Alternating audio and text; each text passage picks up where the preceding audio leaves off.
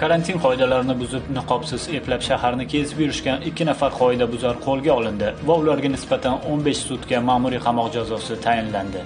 Shu o'rinda yana bir jinoyatchi qidirilmoqda. U ko'pa kunduzi bir ayolni ortidan ta'qib qilib boradi. Taxminimizcha u ayolning sumkasini o'g'irlamoqchi bo'lgan, ammo ayolning qarshiliklaridan so'ng jinoyatchi ayolga hujum qilib qoladi. Voqeaga guvoh bo'lib qolgan bir erkak tezda ayolga yordamga shoshadi va jinoyatchiga zarba beradi. Jinoyatchi esa taslim bo'lmay qarshilik ko'rsatadi va u erkakka ham 1-2 zarba yo'llaydi. Shunda haligi erkak chekaroqqa chiqib, masalani erkakchasiga hal qilib olishni so'raydi. Ammo jinoyatchi kuchliroq chiqib, haligi erkakni ham dodini berib qo'yadi.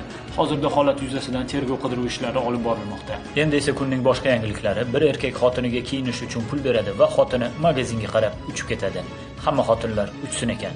Ammo hamma xotinlar ham uchavermas ekan. Ba'zi xotinlar uyida erini miyasini egallash bilan band. Unaqasidan Xudoni o'zi asrasin. Kulgu ustasi